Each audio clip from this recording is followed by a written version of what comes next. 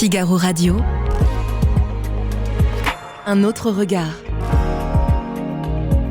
Anne de Guigné et Salomé Boulet. Figaro Radio. Bonjour Anne de Guigné. Bonjour Salomé. Cette semaine, dans votre chronique Un autre regard, vous nous parlez d'une particularité française, le totem de la retraite à 60 ans. Mais oui Salomé, en fait, j'ai réalisé en lisant un baromètre réalisé par l'IFOP pour le club Landois, qui est une émanation du groupe Bayard qui s'occupe beaucoup de démographie, que vraiment, il y a quelque chose au cours des 60 ans pour la retraite et les Français. Parce que ce baromètre nous apprend que les Français, donc la question c'était à quel âge, dans un monde idéal, vous voudriez partir à la retraite, et la réponse unanime, 60 ans, ou pour être précis, 59,8 ans.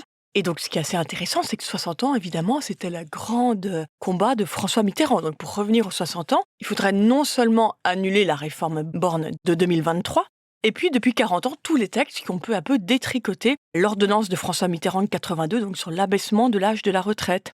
Et on voit qu'en fait, donc, ces 60 ans ont marqué le collectif et l'inconscient français. Et j'ai retrouvé des belles phrases de Pierre Mauroy, qui datent de 2010, alors que le gouvernement Fillon commençait à détricoter une fois de plus l'ordonnance de Mitterrand. Donc lui, il défend le 60 ans. Alors écoutez, c'est beau comme dit Lamartine. La retraite à 60 ans, c'est une ligne de vie, c'est une ligne de souffrance au travail, c'est une ligne de revendication, c'est une ligne d'espoir. Le régime des retraites par répartition repose sur plusieurs générations. Nous n'avions pas le droit de faire fi du passé. Bon, à mon sens, justement, il faut plutôt pas faire fi de l'avenir, et c'est pour ça qu'il faut travailler plus. Mais vous voyez, voilà, très lyrique. Donc les 60 ans, c'est sérieux, Salomé. Mais ce totem des 60 ans est bien plus ancien. Oui, c'est ça qui est intéressant, parce qu'à la limite, Mitterrand, ça date depuis 40 ans, beaucoup d'entre nous étaient là et ont été marqués, ou du moins l'ont appris dans leur livre d'histoire. Mais ce qui est très intéressant, Salomé, c'est qu'en 1909, alors là, on est quand même bien plus tôt, Jean Jaurès, lui aussi, réclamait la retraite à 60 ans. Il écrivait dans l'Humanité, la classe ouvrière devra exiger que l'âge de la retraite soit abaissé à 60 ans, et même dans les industries particulièrement insalubres, à un âge moins élevé. Et là, ce qui est assez stupéfiant, c'est que vous voyez, donc, la ligne de revendication n'a pas bougé 60 ans, mais l'espérance de vie, en revanche, a totalement changé. À l'époque de Jean Jaurès, elle était inférieure à 50 ans. Donc ça semble un peu absurde de réclamer une retraite à 60 ans, quand la grande majorité des Français mouraient avant 50 ans. Aujourd'hui, elle est supérieure à 80 ans, mais on reste toujours tout à fait ancré sur cette borne des 60 ans. Autant dire que cette revendication n'a plus du tout les mêmes implications sociales et financières.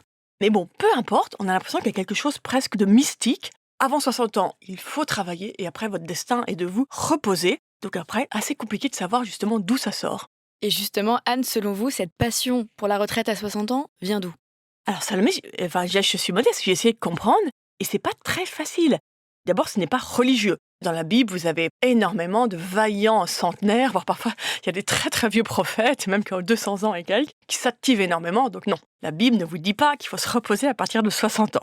L'Antiquité apporte un peu plus de clés, puisque les Romains avaient découpé les tranches de la vie de manière très précise, et l'âge de la vieillesse commençait à 60 ans, Sénèque. Auparavant, vous aviez l'âge des seniors, de 46 à 60 ans, ce qui correspond peu à peu à ce qui se fait dans les entreprises, les seniors, donc c'est avant. Certaines commencent dès les quadras.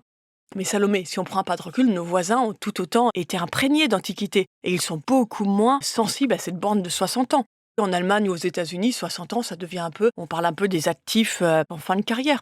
En Grande-Bretagne, il y a encore une borne, qui est pas mal d'aide pour les personnes âgées, les older people, à 60 ans, mais l'âge de la retraite n'est pas corrélé aux 60 ans. Mais alors, d'où vient cette singularité française ? Alors ça, c'est un peu le mystère. Pour moi, il y a deux facteurs. Il y a d'abord les politiques que nous avons eues. Et là, c'est l'occasion de rendre hommage à quelqu'un qui est mort récemment, Alan Greenspan, parce qu'au moment même où François Mitterrand faisait tout un battage sur ses 60 ans, donc au début des années 80, lui, aux États-Unis, en fait, il était à la tête de la Commission nationale sur la réforme de la sécurité sociale américaine, donc. Et en fait, il a vraiment réfléchi pour rallonger les carrières américaines. Si vous savez, la retraite américaine, il y a évidemment toute la capitalisation dont on parle beaucoup, mais il y a aussi un socle public.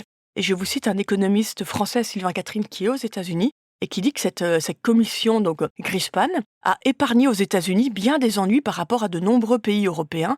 Les gens ne s'en rendent pas compte parce que cela a fonctionné, et les Américains croient probablement qu'il est normal qu'un système de retraite fonctionne pendant 50 ans sans aucune réforme majeure. Les Européens savent que ce n'est pas le cas. Vous avez donc une part des politiques, donc nous, il y a eu tout ce tintamarre sur les 60 ans, et puis il y a aussi les conditions de travail. Les gens veulent partir tôt en France, parce qu'en fait, ils en ont assez souvent de leur travail, et on voit bien que les boîtes françaises ont énormément de progrès à faire sur les questions d'autonomie notamment.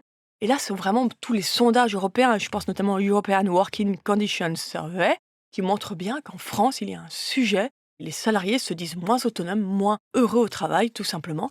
Donc pour travailler plus, il faut des politiques qui osent prendre en main le sujet, et puis des entreprises qui rendent aussi le travail désirable après 60 ans. Merci Anne de Guigné. Merci Salomé. Je rappelle que l'on peut retrouver un autre regard sur Figaro Radio, le site du Figaro et sur toutes les plateformes d'écoute. À bientôt. À bientôt.